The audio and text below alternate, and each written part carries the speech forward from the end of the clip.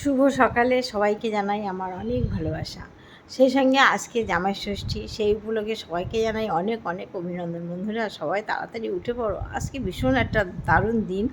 কেন বলো তো, যারা ষষ্ঠীতে যাবে, মেয়ে জামাই যারা যাবে তাদের তো মহানন্দ। শ্বশুরবাড়ি যাবে, আবার বাপের বাড়ি যাবে, আবার দিদিভাইরা, তাদের যে কী আনন্দ বলো তো। বাপের বাড়ি যাওয়ার কথা শুনে তো মেয়েদের সবথেকে বেশি আনন্দ হয়। কেন বলো তো, অনেকদিন পরে বাবা মাকে দেখতে যেতে কার না মন ভালো লাগে না বলো। আর সেই সঙ্গে শাশুড়িরা, তাদের তো কথা বাদই দেওয়া যায় না, তাদের অবদান বেশি। যেমন আমি একটা শাশুড়ি হয়ে গেছি, সকালবেলা উঠে সেজে গুজে বসে আছি যে এক্ষুনি ডালা দেবো। আর আমার শাশুড়ি, আমার জামাই এসে গেছে। আর গতকাল রাতে এই রসগোল্লার হাঁড়ি অনেক কিছু নিয়ে চলে এসেছে আমার জামাই। আর যাদের জামাই এসে গেছে তাদের তো আনন্দ বেশ মজাই হচ্ছে। আর যাদের জামাই আসেনি, তোমরা চিন্তা করো না, এক্ষুনি দরজায় দাঁড়িয়ে দেখো এসে গেছে জামাই রসগোল্লার হাঁড়ি নিয়ে। যাই হোক, ভাবলাম আজকে জামাই ষষ্ঠীর দিন আমার রান্না করা লাগবে না। একবার জামাই ষষ্ঠীর দিন আমার দুটো মেয়েকে জামাইকে ডাকা হয়েছিল, সে সময় রাঁধুনি দিয়ে রান্না করেছিলাম। এখন আর ভালো লাগে না রান্না করতে, জানো। এই রান্না করার জন্য আমি একসময় ভালো ভালো রান্না করবো, খাবার তৈরি করবো, আচার করবো, এগুলোর জন্য আমি কিন্তু একবার স্কুলের চাকরি পেয়ে গেছিলাম। পেয়ে কিন্তু আমি করিনি, এইসব কারণেই করিনি, জানো।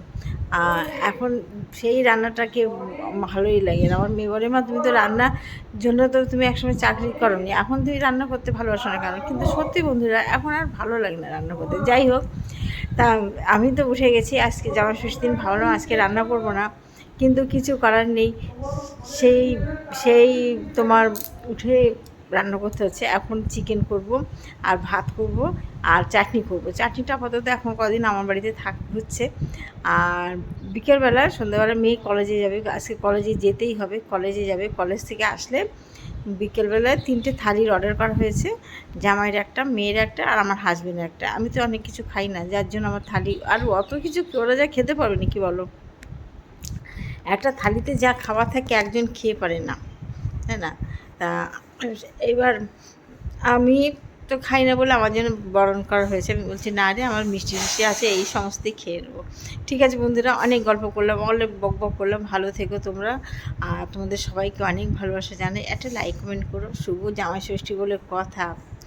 সবাই খুব ভালো থেকো, বেশি বেশি করে কাঁঠাল আম খেও, ঠিক আছে। শরীরের দিকে লক্ষ্য দিও, কিন্তু দেখো বেশি করে খেতে গিয়ে যেন শরীরে বিপদ না বাঁধে। শরীরটা আগে আমাদের সম্পদ, আগে শরীরের দিকে লক্ষ্য দেয়। কিন্তু আমি কাকে জ্ঞান দিচ্ছি? আমি তো যা পাই খেয়ে নিই, যেগুলো আমার খাবার সেগুলো খেতে বেশি ভালোবাসি, জানো।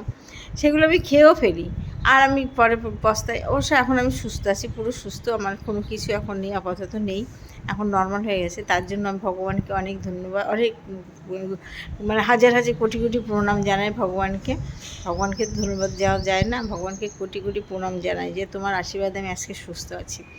আমার যে অবস্থা হয়েছিল, যারা জানে তারাই বলতে পারবে, একদম আমি মানে থাকবো পৃথিবীতে সেটা ভাবা ছিল না।